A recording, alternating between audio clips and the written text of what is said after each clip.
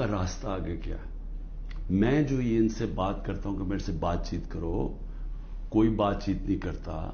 میں اپنی establishment army chief سے اسے کہتا ہوں کہ بات چیت کرو، وہ کوئی بات چیت کرنے کے لیے تیار نہیں ہے. میں اپنی ذات کے لیے آپ سے بات نہیں کرنا چاہتا. مجھے آپ کچھ نہیں دے سکتے. قوم میرے ساتھ کھڑی ہے، کیا کوئی دے سکتا ہے؟ میں کوئی چور دروازے تو آنا نہیں چاہتا. اگر قوم مجھے ووٹ دے گی میں تیار ہوں، لیکن اگر قوم ووٹ نہیں دے گی تو نہیں. اللہ نے تو سب کچھ، میں وہ اللہ نے کا شکر ادا کرتا ہوں ہر وقت کا جو اس نے مجھے دیا. لیکن میں بات کرنا چاہتا ہوں کہ ملک تباہی کی طرف جا رہا ہے. یہ جو بجٹ آیا ہے، اس بجٹ کے اندر ذرا آپ کو سمجھ آ جانا چاہیے کہ ہم اب کدھر ایک دلدل کے اندر دھستے جا رہے ہیں.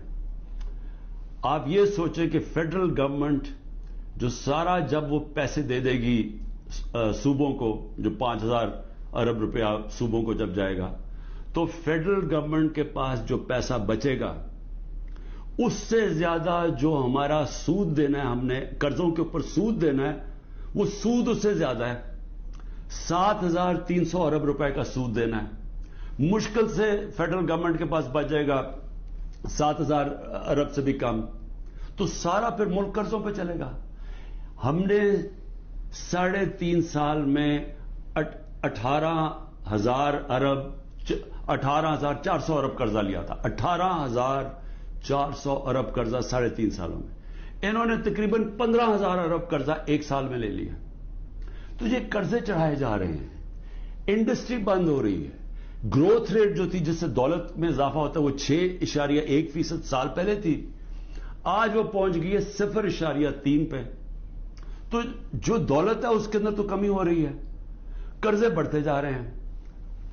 ڈالر کدھر سے آئیں گے؟ انہوں نے 25-30 ارب ڈالر ایک سال کے اندر دینے ہیں، وہ کدھر سے آئیں گے؟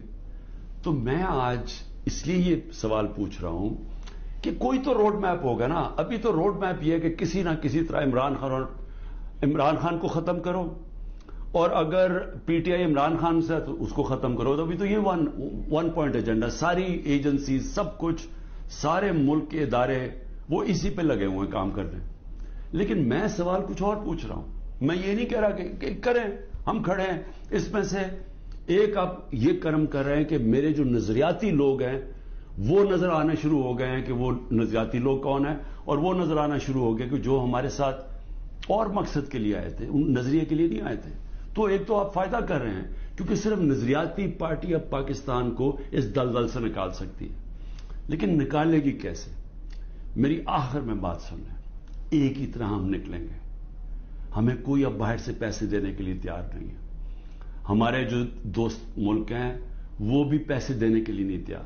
میرے لیے جو سب سے زیادہ شرمندگی ہوتی تھی کہ جب میں اپنے دوست ملکوں سے پیسے مانگنے گیا ملک کے لیے، کیونکہ دیوالیہ نکلا ہوا تھا ہمارا، تو اس وقت ملک ہمارے پاس تو سب سے بڑا بیرونی خسارہ چھوڑ کے گئے تھے یہ نون لیگ والے، یہ اسحاق ڈار.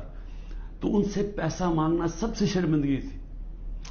اب کیسے نکلنا ہے میں آپ کو بتاتا ہوں کیسے نکلنا ہے. اس میں ایک سورس ہے اوورسیز پاکستانی. یہ یاد رکھ لیں، بیرون ملک پاکستانی آپ کو نکالیں گے ادھر سے. اور بیرون ملک پاکستانی کیسے نکالیں گے؟ میں نے پھر سے آپ کو کہتا ہوں کہ 16,000 پاکستانی امریکن ڈاکٹرز، ان کی نیٹ ورتھ 200 ارب ڈالر ہے. ہم آئی ایم ایف سے 6 ارب ڈالر کی پیچھے ان کے منتیں کر رہے ہیں کہ کسی طرح دے دیں ہمیں. 200 ارب ڈالر ان کی ہے، یہ صرف 16,000 ہے. 1 کروڑ باہر پاکستانی بیٹھا ہوا ہے. اگر ہم کسی طرح ان کی انویسٹمنٹ لیں، وہ یا سرمایہ کاری شروع کر دیں بجائے دبئی میں کرنے میں اور دنیا میں اور ملکوں میں کر رہے ہیں، اگر وہ سرمایہ کاری شروع کر دیں، آپ یقین کریں یہ ملک اتنی تیزی سے اٹھ سکتا ہے. کیونکہ ڈالر اندر آنے شروع ہوں گے، نوکریاں ملیں، اور وہ آنا شروع ہو گیا تھا.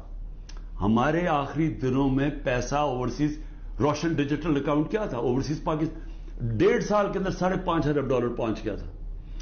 اوورسیز پاکستانیوں نے انویسٹمنٹ پلانز بنا لیے تھے. ہماری یہ جو راوی پروجیکٹ اور یہ جو بنڈل آئلینڈ کا پروجیکٹ تھا، وہاں باہر کی کمپنیز، بڑی بڑی کمپنیز آ رہی تھی ڈالر انویسٹ کرنے کے لیے جب انہوں نے این او سی واپس لے لیا سندھ گورنمنٹ میں. دیکھیں، بچانا اس ملک کو اوورسیز پاکستانی.